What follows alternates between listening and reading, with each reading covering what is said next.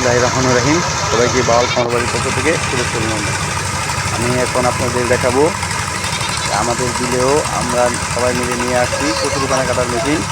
যদিও আমার জমিতে কচুরিপানা তেমন একটা নাই, তাই আমি মেশিন লাগাচ্ছি না আমার জমিতে।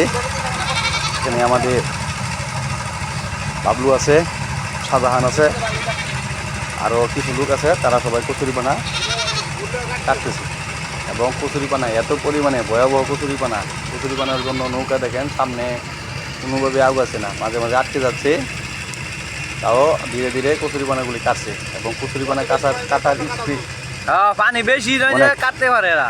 32 গুড়া দুটো ইঞ্জিন, একটিটা সামনের দিকে নিয়ে যায় আর একটা দিয়ে কচুরিপানা কাটে। এখানে আপনারা কত সুন্দর করে কচুরিপানাগুলি ভুসি করে দিচ্ছে।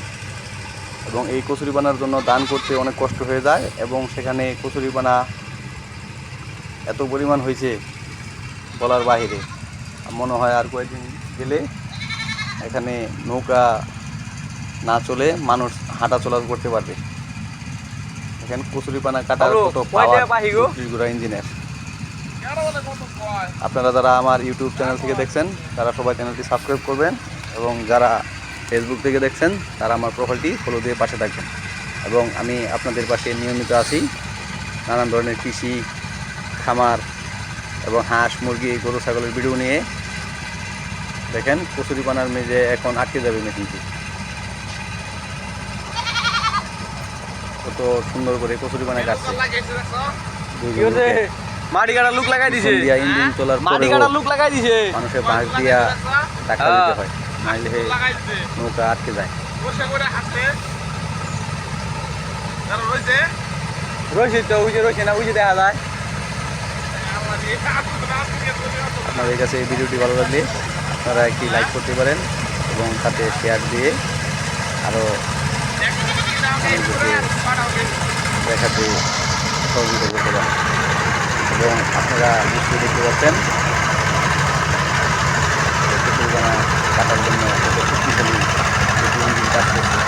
ইঞ্জিন সামনে, পিছনের ইঞ্জিনটি কাজ হলেও নৌকাকে সামনে নিয়ে যাবে এবং সামনের ইঞ্জিনের কাজ হলেও কচুরিপানা কাটা। 3টা ব্লেড এবং সেখানে 4টি করে ব্লেড, 3টা পাখায় 4টি করে ব্লেড, মোট 12টি ব্লেড দিয়ে কচুরিপানাগুলি কাটছে।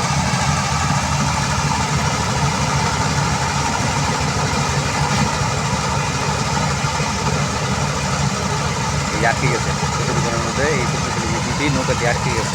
32 গুড়া দুটা ইঞ্জিন, হেটা মনে 32 গুড়া, হেটা 32 গুড়া।